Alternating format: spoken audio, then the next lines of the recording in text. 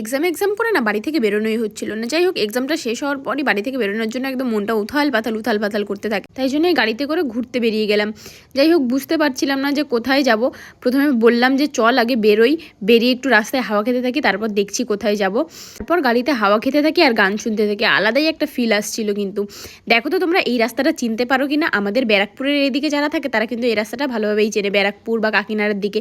এটা হলো গিয়ে কাকিনাড়ারই একটা জায়গা, কৃষ্ণা টি স্টল। পানপুরে এই জায়গাটা খুবই ফেমাস চায়ের জন্য। তো অনেক দিন পর এখানে গেলাম আর তারপরেই চা অর্ডার করে নিলাম। আর তারপরেই দেখলাম আমার একটা ছোট্ট কিউট একটা সাবস্ক্রাইবার এসে আমার সাথে ফটো তুললো। একটা সত্যি কথা বলতে কি জানো তো, এদের কাছ থেকেই আমি ভিডিও বানানোর মোটিভেশনটা আরও ভালোভাবে পাই।